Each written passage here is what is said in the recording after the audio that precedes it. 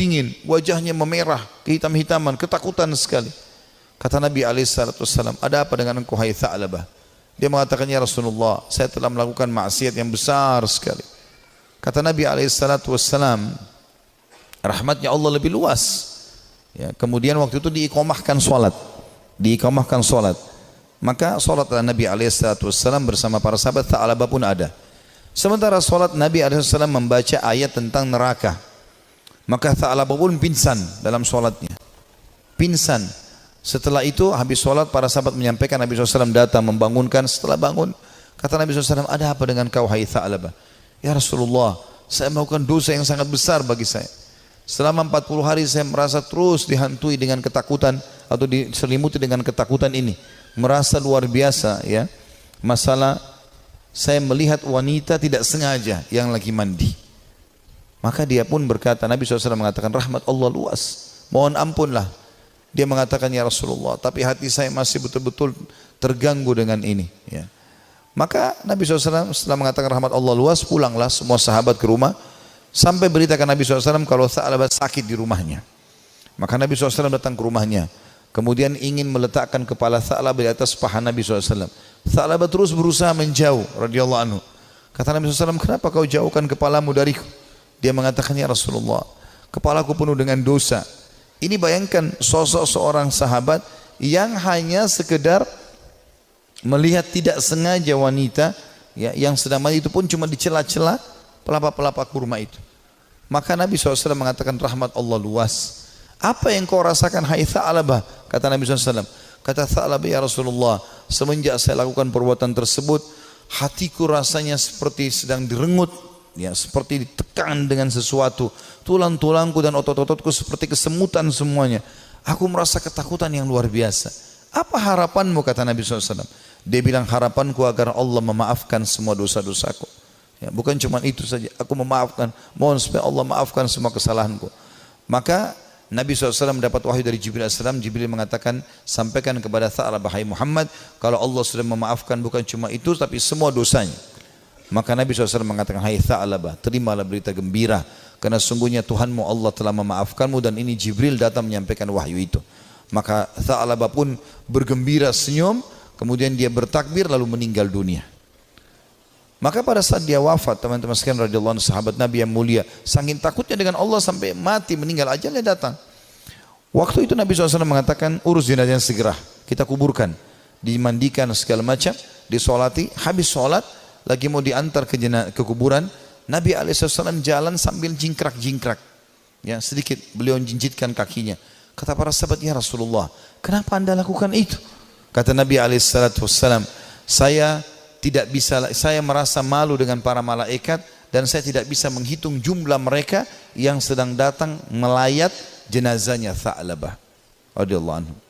Sahabat Nabi yang mulia memberikan pelajaran kepada kita bagaimana mereka bertaubat kepada Allah Subhanahu wa taala. Ada juga kisah yang lain dan kisah ini mirip seorang tukang jagal hewan, suka menyembelih hewan. Dengan juga ada pernah kisah seorang ya, tukang fitnah. Dua-duanya mirip kisahnya, tapi saya satukan saja. Ini disebutkan oleh para ulama tentang kisah tobatnya orang-orang terdahulu. Dua-duanya ini, tapi di waktu yang berbeda, di tempat yang berbeda, pernah melihat seorang wanita dan dia tertarik dengan wanita tersebut. Ya. Hampir setiap hari dia melemparkan godaannya kepada wanita-wanita ini. Selalu melemparkan kata-kata rayuan, tatapan mata, apalah, berikan hadiah segala macam, sampai membuat wanita ini tertarik. Tapi wanita ini orang beriman kepada Allah, tidak mau sama sekali, tidak tergoda. Diajak jalan sama-sama tidak mau, diajak ngobrol tidak mau. Satu waktu dia melihat wanita itu sedang jalan jauh, dan jalan jauh ini pergi ke satu tempat yang kelihatannya tidak banyak orang. Maka kedua laki-laki ini di dua kisah yang berbeda, tempat yang berbeda, tapi kasusnya sama ya, jalan mengikuti perempuan tersebut. Begitu tiba di tempat yang sangat jauh, dia pun langsung menghadang wanita tersebut, mengatakan, saya jauh-jauh mengikuti kamu karena saya sangat menyukaimu gitu kan. Maka kenapa kau sia-siakan waktu yang berdua ini? Kenapa enggak bersama-sama sekarang? Enak kalau kita mungkin pacaran sekarang, jauh dari orang. Kalau kau takut selama ini dengan orang, sekarang jauh dari orang. Maka wanita tersebut tiba-tiba mengatakan, kalau kau memang mencintaiku, Maka kau harus tahu sebenarnya aku lebih mencintaimu. Aku pun sebenarnya suka dengan kamu. Tetapi rasa takutku kepada Allah mengalahkan itu semua. Aku tidak ingin justru karena cinta ini kemudian kita terjerumus dalam kemaksiatan dan Allah hukum kita. Maka dengan kalimat itu saja laki-laki ini tersentuh. Lalu dia mengatakan, Subhanallah yang telah memberikan peringatan kepadaku melalui lisanmu. Kau takut kepada Allah dan aku tidak takut kepada Allah. Lalu laki-laki tersebut meninggalkan si perempuan tadi dan semenjak itu dia bertobat kepada Allah Subhanahu wa taala, tidak mau lagi mengenal kecuali yang halal dari mereka.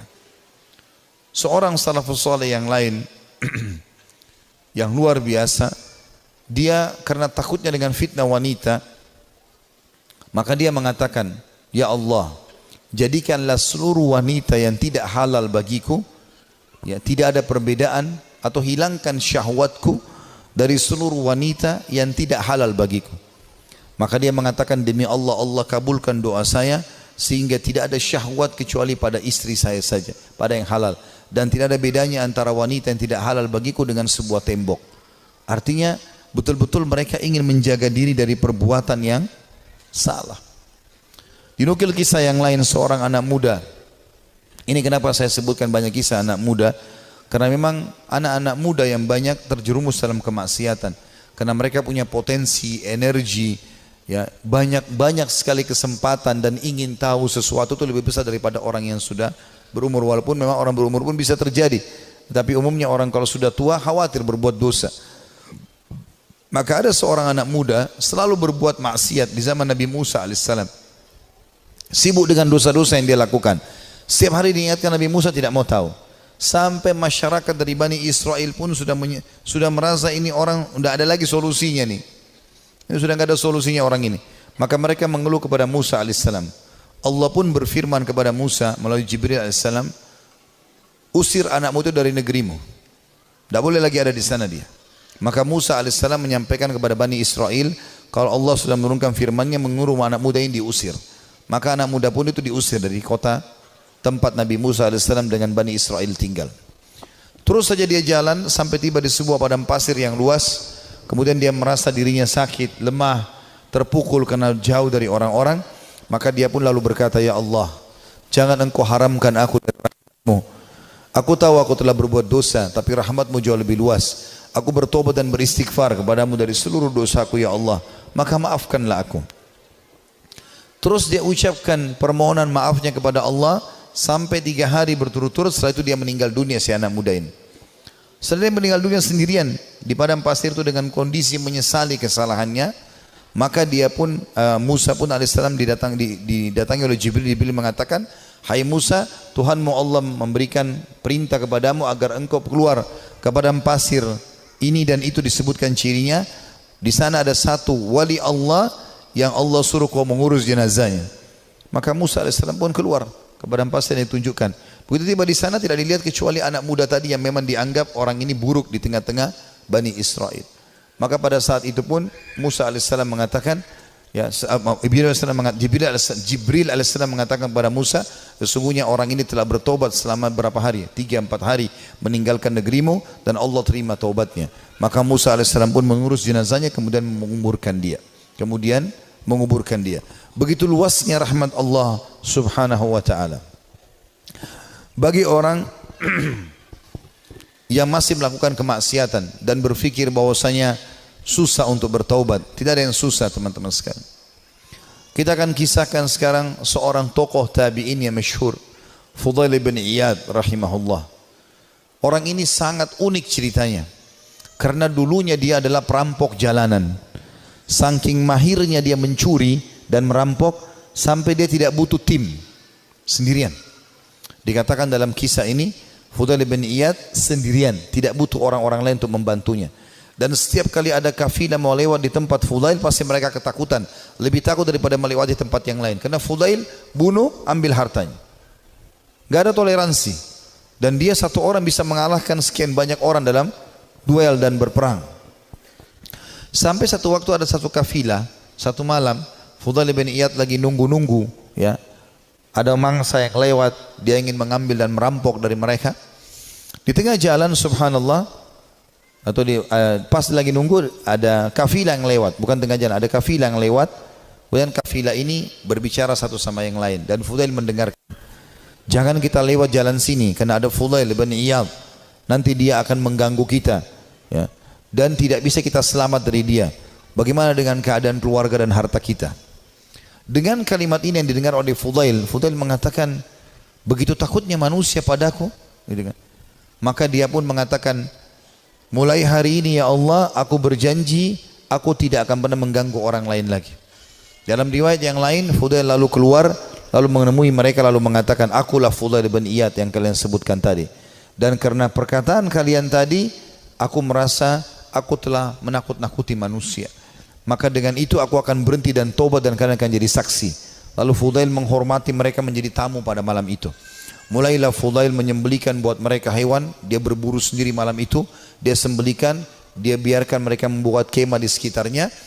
Setelah dia membakar makanan, dia menyiapkan makanan buat mereka, rupanya ada satu orang dari kafilah itu, orang saleh, membaca firman Allah Subhanahu wa taala yang berbunyi, ini disebutkan dalam surah Al-Hadid, ya, ayat 16. Yang Allah Subhanahu wa taala berfirman, a'udzubillahi minasyaitonirrajim, alam ya'ni lilladzina amanu an takhsha qulubuhum li dzikrillah wa ma nazala minal haqq. Belumkah tiba saatnya bagi orang-orang beriman untuk tunduk hati mereka dan mereka agak tunduk hati mereka kepada zikrullah dan apa yang turun dari kebenaran dalam Al-Quran. Fudail bin Iyad orang Arab, dia faham betul makna ayat ini. Artinya, sampai kapan kamu mau lalai, kata Allah SWT. Belum tibakah saatnya bagi orang beriman untuk tunduk hatinya dan berzikir kepada Allah dan apa yang diturunkan dari kebenaran dalam Al-Quran? Maka Fudail pun menangis mendengar ayat tersebut. Lalu dia ulang-ulangi ayat itu sampai akhirnya dia menunjukkan taubatnya. Subhanallah, setelah dia taubat, mulai hari itu dia pergi ke Mekah. Tiap hari Mekah dan Madinah. Artinya setiap saat dia di Mekah sebentar, nanti di Madinah lagi sebentar. Tidak pernah meninggalkan dua kota yang suci ini. Dan kata para ulama, orang-orang yang pada saat itu sudah menjadi ulama, ya, kemudian menjadi sahabat dekatnya Fudail. Di antaranya Abdullah bin Mubarak, Sufyan al-Thawri. Ini semua orang-orang yang luar biasa ibadahnya, terkenal sekali kesolehannya. Itu mereka mengatakan, kami tidak pernah menemukan orang setakut kepada Allah seperti Fudail bin Iyad.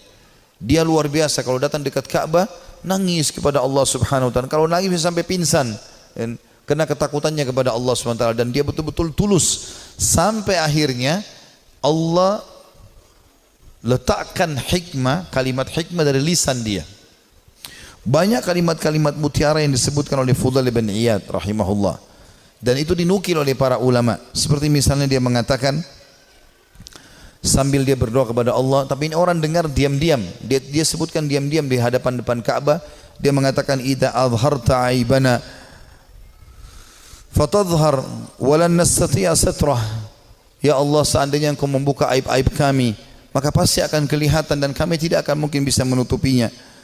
Wa nufdah, dan kami pasti akan dipermalukan. Wa idza azharta a'malana fanuhlik bi'adzabik.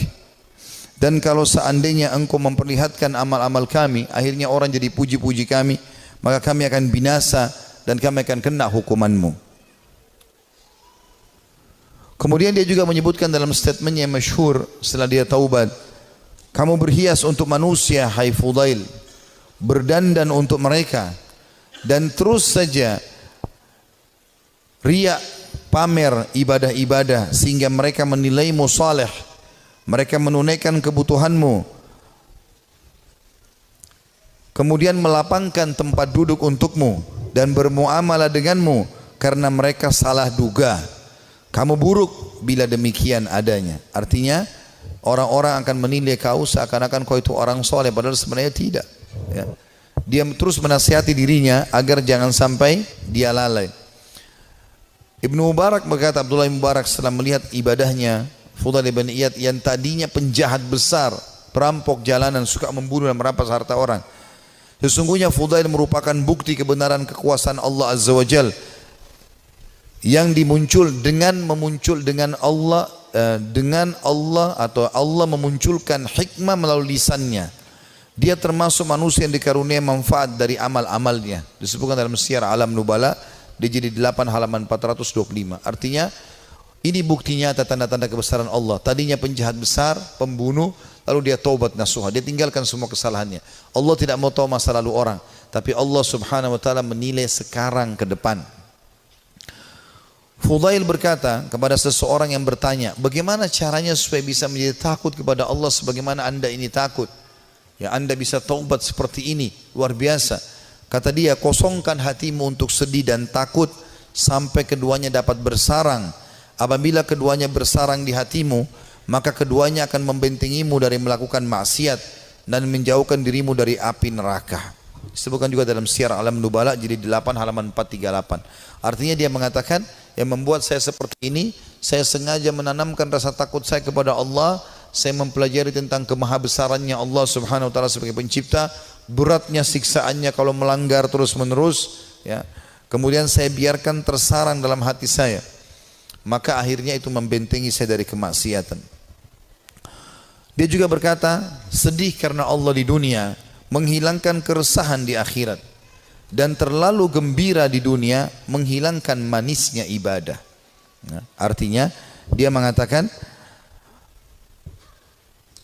sedih karena Allah di dunia, maksudnya merasa rindu dengan surga, takut dengan dosa, menghilangkan keresahan di akhirat. Tidak akan mungkin bersatu antara dua kesedihan, gitu kan.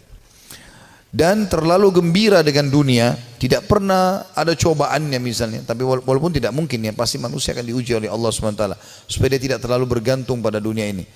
Dan terlalu gembira dengan dunia berlebih-lebihan sampai terbahak-bahak, sampai luar biasa merasa hidupnya harus selalu kegembiraan, padahal itu juga tidak mungkin terjadi, maka akan membuat ya, atau menghilangkan manisnya ibadah. Dia juga menasihati dirinya setelah dia taubat, mengatakan, wahai jiwa, kasihan kamu ini. Kau selalu berbuat buruk, namun kau mengira dan merasa dirimu baik.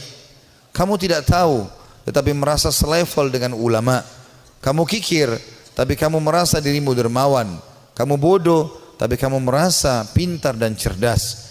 Ajalmu pendek, tapi angan-anganmu sangat panjang.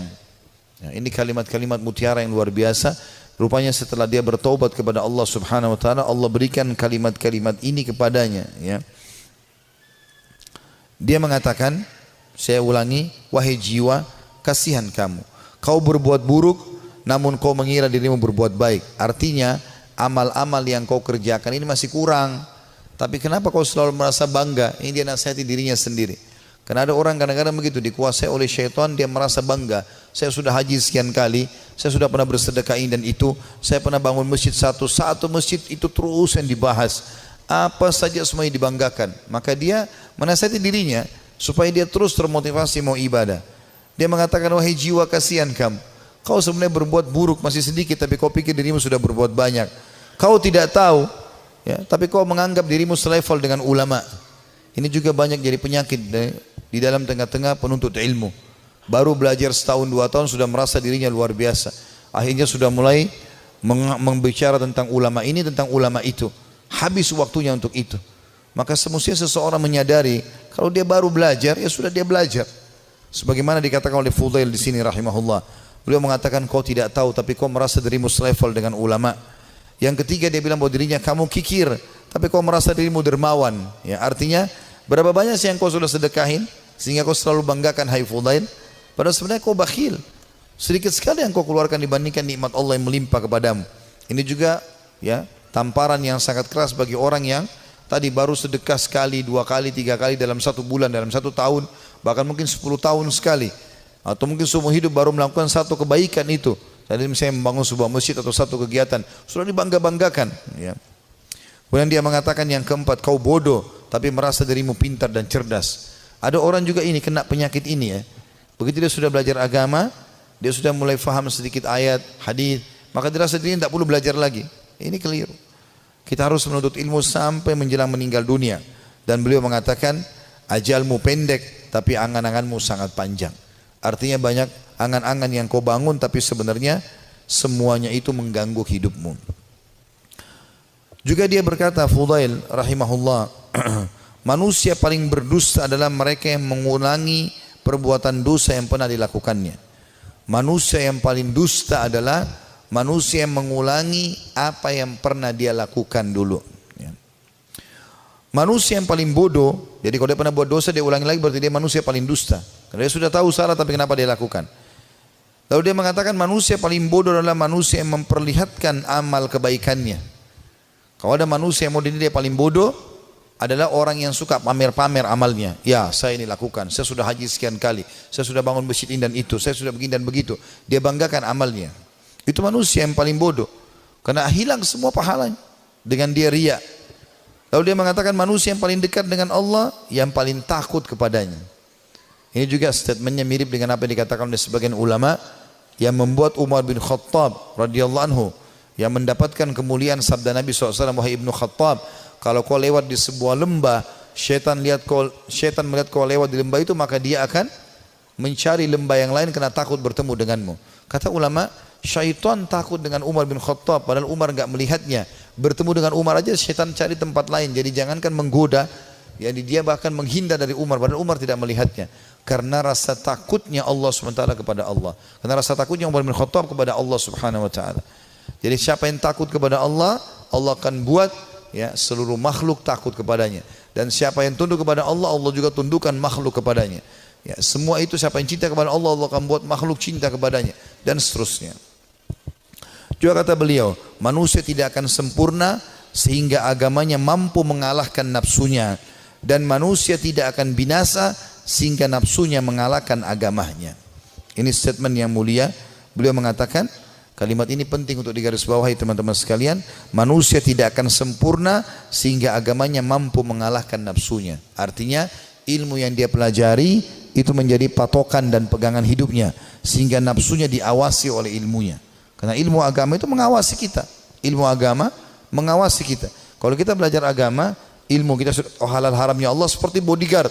Kita mau makan, mau minum, mau mencari pendapatan, mau bergaul, agama akan mengatakan itu boleh atau tidak boleh. Maka orang yang sempurna adalah orang yang justru ilmu agamanya itu bisa mengontrol hawa nafsunya. Dan sebaliknya, orang yang binasa adalah orang yang nafsunya mengalahkan agamanya. Jadi dia pun tahu agama tapi tetap saja dikalahkan oleh agamanya sendiri. Dan ini semua adalah hal mendasar yang perlu digarisbawahi dari nasihat yang mulia. Ini kita bisa, ini sebagian kecil ya, banyak sekali statementnya, hampir semua buku tentang tazkiyatun nafs, ya, pensucian jiwa, tentang zuhud, ya, menginginkan akhirat, gitu kan, daripada dunia, masalah keimanan, ya, masalah penyesalan, itu selalu ada statementnya Fudail bin Iyad. Padahal tadinya dia ini seorang penjahat besar, tapi bagaimana Allah Subhanahu wa taala memberikan kepada dia karunia dengan taubatnya yang luar biasa nasuha. Allah memberikan kata-kata mutiara dari lisannya. Dia juga mengatakan, Az-Zahabi berkata, ditanya kepada Fudail, apa itu zuhud? Apa itu zuhud? Mendahulukan akhirat dari dunia. Dia mengatakan banyak qanaah. Qanaah artinya merasa puas, ya, dengan apa yang telah Allah berikan. Itu namanya zuhud, kata beliau. Jadi kalau kau mau dikatakan zuhud, kau berharap akhirat dan dunia kau jalani juga, tapi akhirat kau dahulukan, adalah banyak merasa syukur kepada Allah. Lalu ditanya kepadanya tentang wara. Wara itu menjaga kesucian hubungan sama Allah. Ia menjawab, menjauh dari yang diharamkan syariat.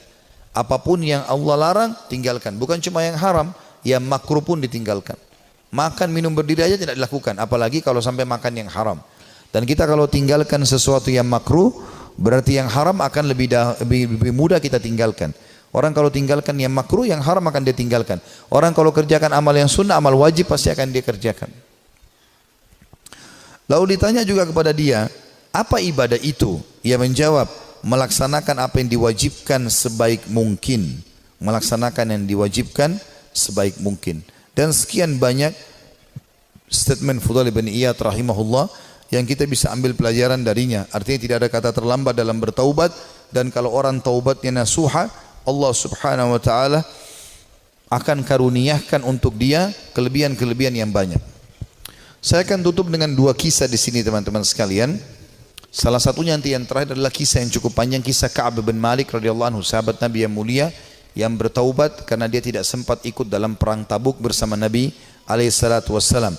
Namun sebelumnya saya akan sebutkan dulu kisah tentang sosok orang yang sangat saleh dari kalangan tabi'in Dia hidup di zaman Nabi SAW tapi tidak sempat bertemu dengan Nabi dalam pendapat sebagian orang, yaitu Ubaid bin Umair bin Qatada al-Laythi al-Jundu'i al-Makki. Ya. Orang ini sangat saleh, luar biasa. Sampai di Mekah itu kalau ada orang yang menganggap dirinya ya, lemah imannya pasti datang kepada dia, ya, kepada Ubaid ini. Rahimahullah. Orang ini sangat luar biasa keimanannya. Ada sebuah kisah dinukil oleh Ibnu Qudamah. Kisah Ibnu Qudamah dinukil tadi kisah Tha'labah. Ini dinukil dalam sebuah kisah di sebuah buku, ya. Kisah ini kisah sahih. Ada seorang wanita di Mekah sangat terkenal dengan kecantikannya. Dan wanita ini terkenal tinggi, putih, cantik, fitnah luar biasa. Tapi dia tutup wajahnya, dia pakai cadar.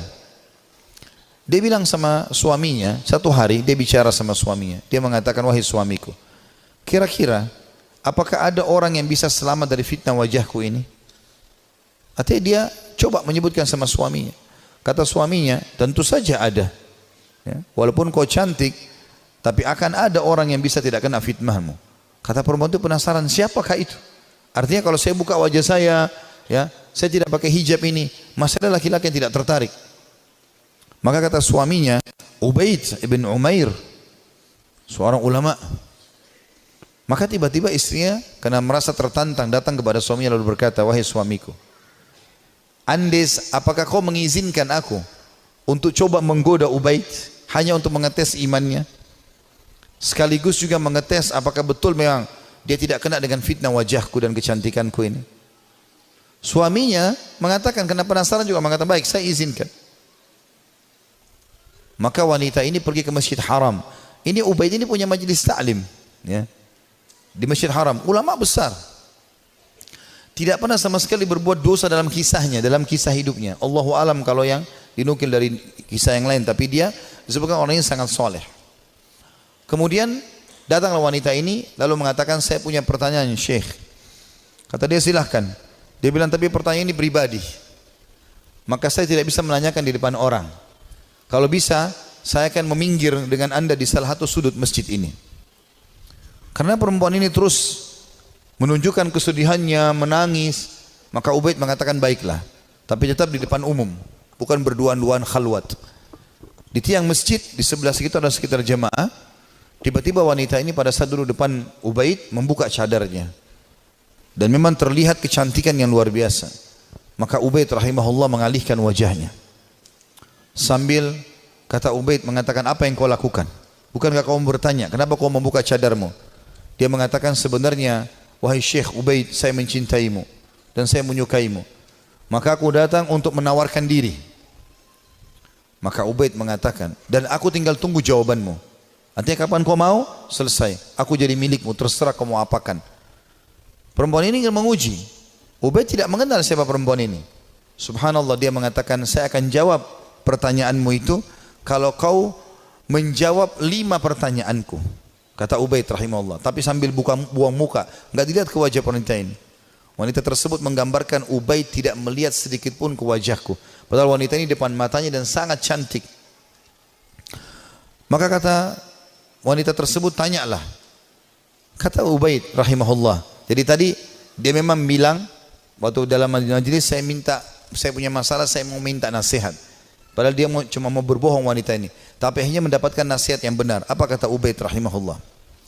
Andai saja bertepatan pada saat sekarang malaikat maut datang ingin mencabut ruhmu, apakah kau akan menawarkan hal yang sama padaku?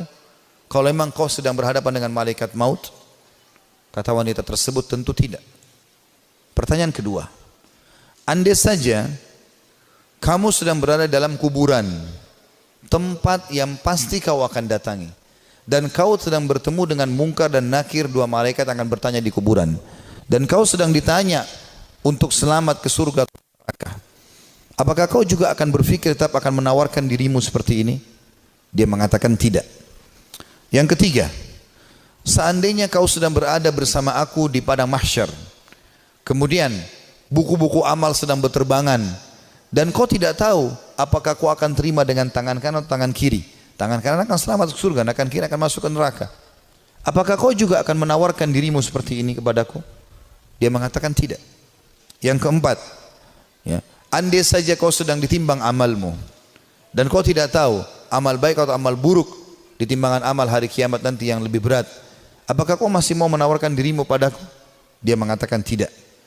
Lalu kemudian pertanyaan terakhir yang kelima, andai saja kau sedang diminta pertanggungjawaban oleh Allah tentang kecantikanmu ini, tentang keadaanmu, ya, kelebihan-kelebihan nikmat yang Allah berikan kepadamu ini, apakah kau juga akan mengatakan kepada Allah, aku sempat menawarkan ini kepada Ubaid? Maka dia mengatakan tidak. Maka Ubaid pun mengatakan rahimahullah, kalau gitu bertakwalah kepada Allah dan jagalah dirimu serta nikmat Allah yang ada padamu. Maka tiba-tiba perempuan tersebut menangis terisak-isak. Lalu kata Ubaid, pulanglah.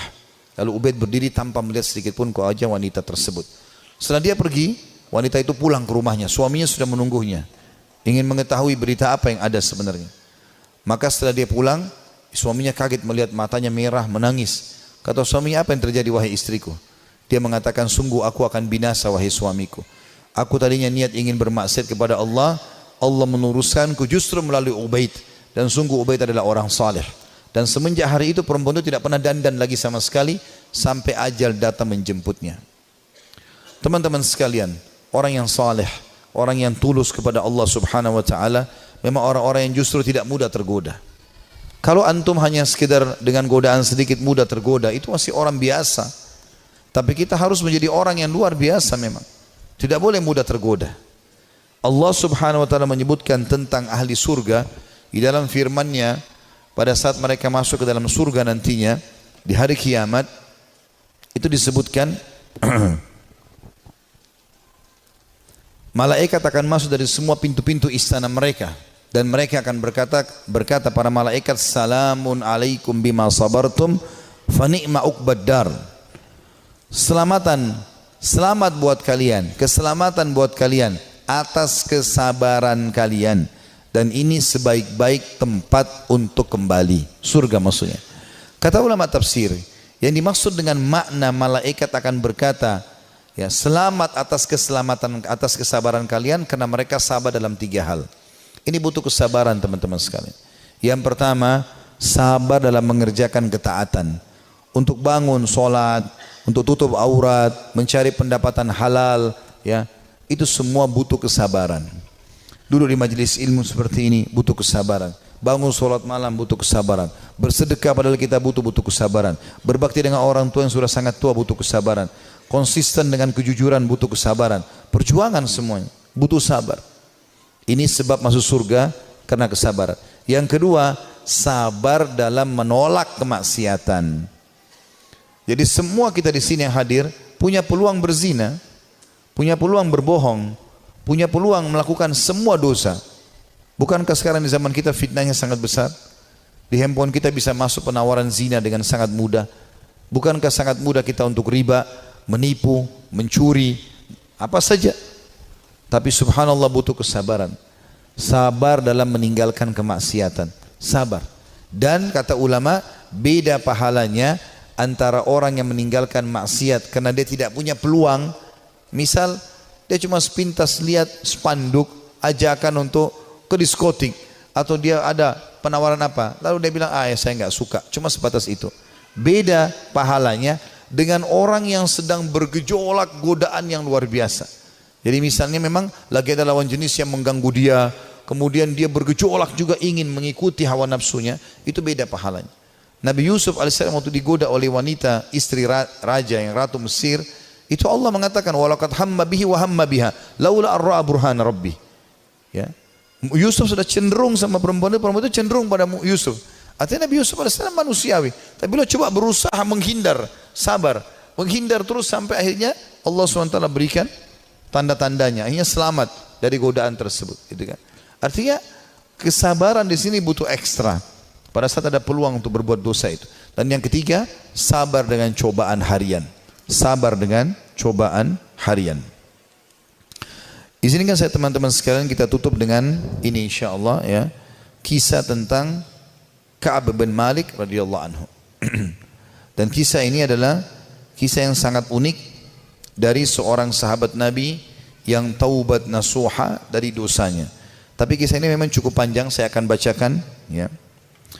Dia mengatakan dalam riwayat Bukhari, dalam riwayat yang sahih, aku tidak pernah tertinggal, kata Ka'ab bin Malik, dari Rasulullah SAW dalam peperangan apapun yang dipimpin oleh beliau, kecuali dalam perang Tabuk. Dan perang Tabuk ini terjadi perang terakhir Nabi SAW sebelum beliau meninggal. Setelah pembebasan kota Mekah, beliau menuju ke wilayah Tabuk, dan Tabuk ini jaraknya sangat jauh dari Madinah, dan waktu itu musim panas. Dan musim panas ini puncak-puncaknya panas, biasanya buah kurma lagi sangat bagus ya, hasil panennya. Justru makin panas makin bagus kualitas kurma. Dia mengatakan, saya tidak pernah ketinggalan perang bersama Nabi SAW kecuali di perang Tabuk. Memang aku juga tertinggal dalam perang Badr, namun tidak ada seorang pun yang tertinggal waktu itu dicelah, karena Rasulullah SAW dan kaum muslimin keluar untuk menghadang kafilah dagang Quraisy yang pulang dari Syam, hingga kemudian Allah mempertemukan mereka dengan musuh mereka tanpa rencana. Maksudnya perang Badr ya. Saya tidak hadir di Badr, kata Ka'ab radhiyallahu anhu, karena memang waktu itu bukan kewajiban tapi pilihan. Cuma di perang Tabuk memang kewajiban, dan aku terlalaikan pada saat itu. Kata beliau, dan sebelumnya aku telah hadir bersama Rasulullah SAW pada malam Aqabah. Aqabah ini nama Jumrah, Jumrah Aqabah. Orang kalau haji biasa tahu masalah itu, tempat melontar Aqabah. Aqabah itu sebuah bukit yang kecil, namun bisa dinaiki oleh orang dan bisa orang merasa tinggi dari tempat itu, diistilahkan dengan Aqabah. Pada malam Aqabah, waktu Nabi SAW sebelum hijrah ke Madinah, pernah ada baiat Aqabah, janji setia di Aqabah, dan Ka'ab hadir pada saat itu. Dan sebelumnya, kata beliau, aku telah hadir bersama Rasulullah SAW pada malam Aqabah sewaktu kami bersumpah setia membela Islam ya. Dia mengatakan, dan kehadiranku di malam itu tidak bisa digantikan dengan perang Badr, walaupun perang Badr lebih dikenang di tengah orang-orang daripada baiat Aqabah atau janji setia di Aqabah.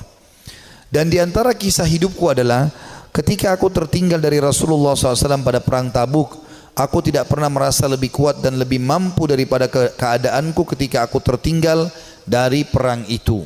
Jadi maksudnya pada saat itu aku tidak punya alasan untuk tidak ikut perang Tabuk. Waktu itu Nabi SAW mewajibkan semua laki-laki yang kuat dan tidak punya udzur ya. Pada saat itu aku sangat kuat, belum pernah aku sekuat itu sebelumnya. Demi Allah, aku sebelumnya tidak pernah memiliki dua kendaraan, namun di perang itu aku memilikinya. Jadi selain fisikku kuat, aku juga memiliki 2 ekor kuda. Sebelumnya belum pernah aku punya 2 ekor kuda. Jadi aku sekarang lebih baik secara ekonomi. Rasulullah SAW tidak pernah menginginkan peperangan, melainkan beliau menyembunyikan daerah sasarannya dengan mengisyaratkan seolah-olah beliau menuju yang lainnya. Hingga pada perang itu Rasulullah SAW berperang menuju Tabuk dalam musim yang sangat panas dan menghadapi perjalanan yang sangat jauh menempuh padang pasir. Dan menghadapi jumlah pasukan yang sangat besar, beliau menjelaskan kepada kaum muslimin tentang urusan mereka yang sangat serius, agar mereka bersiap-siap dengan segala perbekalan mereka untuk menghadapi perang. Beliau menjelaskan kepada mereka arah mana yang hendak beliau tuju. Artinya pada saat itu Nabi SAW mewajibkan semua laki-laki, dan Nabi mengingatkan, ini yang kita datangi pasukan Romawi, jumlahnya sampai 250.000 personil. Jumlah sahabat itu sekitar 30.000 saja ya. Maka Nabi SAW ingatkan para sahabat waktu itu, orang-orang Islam, kata Ka'ab radhiyallahu anhu, yang bersama Rasulullah SAW sangat banyak, dan mereka tidak didaftar dalam buku induk, atau maksudnya buku induk negara ya. Ka'ab berkata, melanjutkan, maka hampir tidak ada yang ingin absen dari perang, kecuali dia menduga bahwa hal itu tidak akan diketahui selama tidak ada wahyu yang Allah jelaskan atau turunkan. Rasulullah SAW lalu berangkat ke perang itu ketika buah-buahan sedang masak dan pohon-pohon menjadi rindang. Ya, perlu kita ketahui penduduk Madinah, kebetulan Ka'ab juga orang Madinah, pendapatan utama mereka adalah kurma. Pendapatan utama mereka adalah kurma. Dan pada saat itu musim panas dan puncak-puncaknya kurma akan panen. Sekitar 2-3 hari lagi akan panen. Tiba-tiba Nabi SAW bilang, jihad, sekarang kita harus keluar. Maka ini ujian yang sangat luar biasa. Beliau mengatakan Rasulullah SAW berangkat pada perang itu ketika buah-buahan sedang masak dan pohon-pohon menjadi rindang. Maka aku lebih cenderung kepadanya, kepada hasil panen. Rasulullah SAW dan kaum muslimin yang bersamanya sedang berkemas-kemas dan aku pun segera pulang untuk bersiap-siap bersama beliau. Tapi setelah aku pulang, aku tidak melakukan apa-apa. Aku berkata dalam hati, aku bisa melakukannya kapan saja aku mau. Begitulah keanggapan terus mengergapku. Hingga orang-orang terus berbenah dengan serius. Maka pada pagi harinya Rasulullah SAW dan kaum muslimin bersamanya berangkat menuju perang. Sementara aku belum melakukan persiapan apa-apa. Kemudian aku beranjak lalu kembali tapi tanpa melakukan apa-apa. Hal itu membuat akhirnya aku tidak berangkat dan aku tertinggal. Dan aku bertekad akan menyusul mereka ya, pada saat tiba di sore hari. Dan seandainya saja aku lakukan itu, maksudnya menyesal, coba aku lakukan ya. Namun kemudian hal tersebut tidak ditakdirkan untukku. Maka ketika aku keluar ke tengah manusia setelah keberangkatan Rasulullah SAW, aku merasa bersedih dan aku tidak melihat seorang panutan untukku kecuali laki-laki yang tercela karena kemunafikannya atau orang yang diterima uzurnya dari Allah SWT dari kalangan orang-orang yang lemah. Rasulullah SAW tidak menyebut-nyebutku hingga beliau sampai di Tabuk. Beliau bersabda sambil duduk di tengah pasukan Tabuk, apa yang dilakukan oleh Ka'ab bin Malik?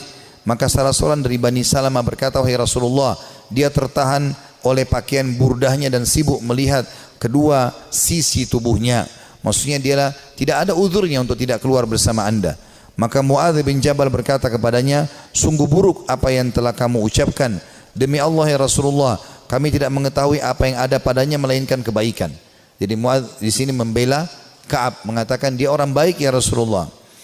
Maka Rasulullah SAW diam. Tak kala beliau dalam keadaan seperti itu, tiba-tiba beliau melihat dari kejauhan seorang laki-laki yang mengenakan pakaian putih yang terlihat bergerak terombang ambing oleh fata morgana. Maka Rasulullah SAW bersabda, orang itu adalah Abu Haythamah. Ternyata benar dia adalah Abu Haythamah Al-Ansari, orang yang bersedekah dengan satu sak kurma ketika dicela oleh orang-orang munafik. Jadi pada saat Nabi SAW menyuruh orang-orang untuk berinfak ya, untuk perang Tabuk, orang-orang munafik hadir di situ, tapi orang munafik tidak berinfak. Mereka cuma mencaci maki saja. Ya. Ada orang yang datang membawa satu kain besar berat, diangkat jatuh, dikasih kepada Nabi SAW. Orang-orang munafik mengatakan riya. Lalu Abu Haythamah ini datang radhiyallahu anhu membawa cuma satu keranjang kecil, satu piring kecil kurma, isinya cuma 3-4 butir kurma. Lalu dihidangkan, ya Rasulullah, ini buat jihad di jalan Allah. Maka orang munafik juga menghina Abu Haythamah sambil mengatakan, ya, untuk apa ini? Mau diapakan dengan 3-4 butir kurma? Tapi akhirnya Allah Subhanahu wa taala memuji karena infaknya itu. Ka'ab berkata, tak kala sampai berita kepadaku bahwa Rasulullah SAW telah pulang dari Tabuk, kesedihanku datang lagi. Aku mulai mengingat dusta dan berkata, aku ingin berdusta dan berkata, dengan apa? Aku mengingat dusta dan berkata, dengan apa bisa lolos? Dengan apa aku bisa lolos dari kemurkaan beliau besok? Untuk itu aku meminta bantuan kepada semua orang cerdik pemikiran dari keluargaku. Maka tak kala diberitahu bahwa Rasulullah SAW telah mendekati Madinah, hilanglah dariku segala pikiran yang batil, hingga aku benar-benar mengetahui bahwa aku tidak akan selamat dari beliau dengan apapun selamanya. Maka aku bertekad untuk bersikap jujur kepada beliau. Rasulullah SAW tiba pada keesokan harinya, dan biasanya apabila pulang dari safar, beliau memulai dengan masjid. Dan beliau sholat 2 rakaat, kemudian duduk di hadapan orang-orang. Ketika beliau melakukan demikian, orang-orang yang tidak ikut perang mendatangi beliau untuk menjelaskan uzurnya dan bersumpah kepada beliau. Mereka bersumpah, mereka berjumlah kurang lebih 80 orang yang tidak ikut berperang di perang Tabuk.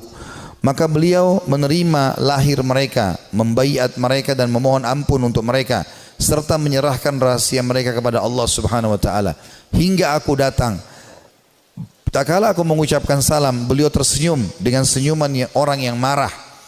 Kemudian beliau berkata, kemarilah. Aku datang berjalan hingga aku duduk di hadapan beliau. Beliau sallallahu alaihi wasallam berkata kepadaku, kata Ka'ab, apa yang membuatmu tidak ikut serta dalam perang Tabuk? Bukankah kamu telah membeli kendaraanmu, ada kudamu? Ka'ab berkata, aku berkata, wahai Rasulullah, sesungguhnya aku demi Allah, seandainya aku duduk di hadapan orang selain anda dari penduduk dunia, pasti Aku yakin bahwa aku akan lolos dari murkahnya dengan sebuah alasan, karena aku telah diberi kemampuan untuk berdebat. Akan tetapi demi Allah, aku benar-benar mengetahui bahwa jika hari ini aku menceritakan kepada anda juz cerita dusta yang dengannya anda bisa merelakanku, tentu tidak lama Allah pasti akan menjadikan anda murka kepadaku. Dan apabila aku menceritakan kepada anda dengan cerita yang jujur, pasti anda murka kepadaku karenanya. Sesungguhnya dengan kejujuran ini aku akan menghadap atau akan mendapatkan akibat yang baik dari Allah. Demi Allah aku tidak punya uzur. Demi Allah aku merasa tidak pernah sekuat dan sekaya daripada keadaanku sekarang pada saat aku tidak ikut Tabuk bersama anda. Maka Rasulullah SAW bersabda, adapun orang ini maka ia telah berkata jujur, maka berdirilah hingga Allah memberikan keputusan kepadamu. Ringkas cerita ini cukup panjang, saya ringkaskan. Maka Ka'ab pun berkata, aku pun merasa plong karena merasa jujur dengan Nabi SAW. Walaupun pada saat itu turun wahyu memperingatkan Nabi SAW untuk memboikotku dengan kedua temanku. Jadi kebetulan ada dua temannya dari 80 orang tadi yang dianggap orang yang sangat dekat dengan Nabi SAW dan tidak ada punya uzur untuk hadir. Maka kata Ka'ab, kedua orang temanku ini dan aku disuruh boikot oleh Nabi SAW. Maka tidak dijawab salam kami, tidak senyum pada kami, tidak ada yang salaman pada kami. Tiga orang ini. Kata Ka'ab radhiyallahu anhu, terus saja ya berlalu beberapa hari sampai aku masuk ke masjid. Kalau kedua temanku menangis di rumahnya dan tidak pergi sholat di masjid, sementara aku sendiri tetap masuk ke masjid dan aku menemukan semuanya orang membuang wajah, tidak ada yang salam. Dan pada saat aku melihat ke arah Nabi SAW, Nabi SAW membuang wajahnya. Tapi kalau aku sedang tidak lihat ke arah Nabi, Nabi sedang melihat ke arahku. Aku terus saja berjalan dalam kondisi tersebut. Rasanya jantungku, ya hidupku sempit karena betul-betul diboikot pada saat itu. Setelah berjalan kurang lebih 30 hari, sebulan dari masa itu, maka datang perintah dari Nabi SAW, perintah dari Allah agar ketiga orang ini menjauhi istri-istri mereka, termasuk Ka'ab. Maka mereka pun ya melakukan itu. Kata Ka'ab waktu datang utusan Nabi SAW, apakah Nabi menyuruh aku menceraikan istriku? Kata Nabi SAW, kata utusan Nabi SAW, tidak, sama sekali tidak. Tidak ada sama sekali perintah untuk menceraikan, kamu hanya disuruh pisah saja. Kemudian kedua sahabatku, kata Ka'ab, memohon kepada Nabi SAW agar istri-istri mereka memohon kepada Nabi SAW untuk tetap bisa serumah walaupun tidak ada biologis, tapi melayani makan dan minum suaminya. Lalu Nabi SAW izinkan, tapi tidak ada biologis di antara mereka. Lalu kata orang-orang kepada Ka'ab, hai Ka'ab, kenapa kau tidak minta seperti dua sahabatmu tadi? Minta agar ya Nabi SAW izinkan istrimu melayani walaupun tidak ada biologis. Kata dia, tidak demi Allah, saya akan menjalani hukuman ini semaksimal mungkin supaya juga pengampunannya maksimal. Kata Ka'ab, dalam kondisi seperti itu, satu Madinah memboikot, istriku juga tidak boleh serumah denganku, maka aku menemui seseorang yang datang dari luar Madinah lalu teriak-teriak sambil mengatakan, mana Ka'ab bin Malik, mana Ka'ab bin Malik. Begitu aku melihat orang tersebut, aku mengatakan aku Ka'ab. Orang itu menyerahkan sebuah surat yang ternyata dari Raja Ghassan, seorang raja yang kafir kepada Allah Subhanahu wa taala, yang memang memusuhi Nabi SAW. Maka dia mengatakan, telah sampai dari Raja Ghassan kepada Ka'ab bin Malik, telah sampai kepada kami bagaimana sikap perilaku sahabatmu itu, ya Nabi SAW memboikotmu. Maka kalau kau datang kepada kami akan muliakan kamu, kami akan berikan kamu kedudukan, ya datanglah kepada kami. Maksudnya disuruh murtad, tinggalkan agama Islam, datang kepada Ghassan. Maka kata Ka'ab, demi Allah ini cobaan yang lain, aku akan bersabar. Lalu dia membuang dan membakar surat tersebut. Berjalan waktu, kata Ka'ab, saya terus aja datang ke masjid, aku datang ke masjid sholat, dan tetap saya tidak bisa buat apa, dan rasanya dada ini sudah sempit luar biasa. Sampai puncaknya di hari ke-50. Di hari ke-50. Setelah 50 hari kami diboikot, dan aku kebetulan lagi ada di depan rumahku, baru selesai mengerjakan sholat duha, kemudian tiba-tiba turun wahyu kepada Nabi SAW menerima taubat kami bertiga. Maka dua orang sahabat Nabi dan aku tidak bisa melupakan itu, ya, datang dan mereka berlumba-lumba, yang satu menunggangi unta, yang satu berlari, saking gembiranya ingin menyampaikan berita gembira kepada Ka'ab. Maka dua-dua berlari, karena yang naik kuda lebih cepat, maka yang di atas yang sedang berlari pakai kaki, ya itu naik ke atas pohon kurma lalu teriak dari jauh, wahai Ka'ab, terimalah berita gembira, terimalah berita gembira dari pertama atau dari semenjak kau dilahirkan oleh ibumu, semenjak kau dilahirkan oleh ibumu, sesungguhnya telah turun wahyu Allah menerima taubatmu. Maka kata Ka'ab, aku belum pernah merasa bumi sesempit itu sebelumnya, dan aku belum pernah merasakan bumi seluas itu setelahnya. Artinya sebelum datang berita gembira ini, bumi sangat sempit rasanya, dadaku sempit, semuanya jadi susah hidup ini. Tapi setelah sampai berita gembira ini, aku pun bahagia ataupun tentram, dan aku merasa luar biasa. Saking gembiranya aku membuka bajuku dan aku memberikan kepada pemberi berita gembira tersebut. Aku pakai baju lain, aku datang kepada Nabi SAW. Aku menemukan para sahabat tersenyum, bersalaman denganku, menyampaikan berita gembira, dan aku sangat terharu. Orang-orang pada menangis. Aku menemui Nabi SAW, lalu Nabi SAW mengatakan, wahai Ka'ab, terimalah berita gembira dari pertama kau dilahirkan oleh ibumu. Kata Ka'ab, ya Rasulullah, aku telah mengambil pelajaran dan bersyukur kepada Allah, dan aku berjanji kepada anda, mulai hari ini aku tidak akan pernah berdusta selamanya, karena kejujuranku lah yang telah membuat Allah menyelamatkanku. Saudaraku si iman, kisah-kisah seperti ini, walaupun ini cukup panjang tadi disampaikan, karena memang ini kisah cukup panjang di dalam riwayat Bukhari, saya meringkaskan bagaimana orang-orang salafus saleh kembali kepada Allah Subhanahu wa taala. Yang paling penting, setelah kita kembali ke jalan Allah Subhanahu wa taala, sebelum ajal datang, karena kalau ajal datang kita akan menyesal. Kita akan berharap solat duha yang pernah kita tinggalkan 2 rakaat kita akan lakukan. Kita akan berharap kembali ke dunia senyum dengan seorang muslim lalu kita meninggal dunia. Kita berharap bisa menyedekahkan seluruh harta yang kita miliki. Kita berharap berbakti dengan kedua orang tua kita yang masih hidup. Kita berharap bisa berbuat baik dengan tetangga, dengan masyarakat, dengan siapa saja, karena semua itu akan ada nilai pahala di sisi Allah Subhanahu wa taala. Sebelum itu terjadi, teman-teman sekalian, penyesalan, sekarang kesempatan kita kembali kepada Allah Subhanahu wa taala. Allah mengatakan wa anibu ila rabbikum wa aslimulah. Tadi sudah saya bacakan dalam surah Az-Zumar. Kembalilah kalian ke jalan Tuhan kalian dan tunduklah kepadanya. Menjadi orang yang baik, orang yang patuh kepada Allah, orang yang saleh dan saleha, mulia. Dia akan makan, dia akan minum, dia akan punya jabatan, dia akan punya harta, dia akan punya pasangan yang baik seperti dia akan punya anak-anak yang baik dan soleh. Allah akan berikan kebahagiaan, dan di akhirat dia akan dapatkan juga yang terbaik. Allah janjikan surga yang luas. Dia akan tinggal tunggu ajal datang saja lalu masuk ke surganya. Orang-orang yang fasik, makannya susah, yang hidupnya susah, begitu juga dengan yang lainnya. Bahkan kalaupun ada di dunia, itu adalah sifatnya tadarruj, tahapan siksaan dari Allah Subhanahu wa taala. Firaun juga makan, Namrud juga makan, dan seluruh orang yang Allah binasakan juga makan, tapi malah menjadi tadarruj atau tahapan siksa buat mereka. Mereka makin lalai, akhirnya mereka meninggal dalam keadaan kufur, dan penyesalan abadi selamanya bagi Fir'aun sampai tidak ada waktunya, dan kegembiraan bagi Musa alaihissalam sampai tidak ada waktunya. Ini semua akan kekal. Allahu a'lam. Dan ini yang kita sampaikan teman-teman sekalian, mudah-mudahan bisa diambil manfaatnya. Kalau ada benar dari Allah, kalau ada salah dari saya mohon dimaafkan. Subhanakallahumma bihamdika asyhadu an la ilaha illa anta astaghfiruka wa atubu ilaik. Wassalamualaikum warahmatullahi wabarakatuh.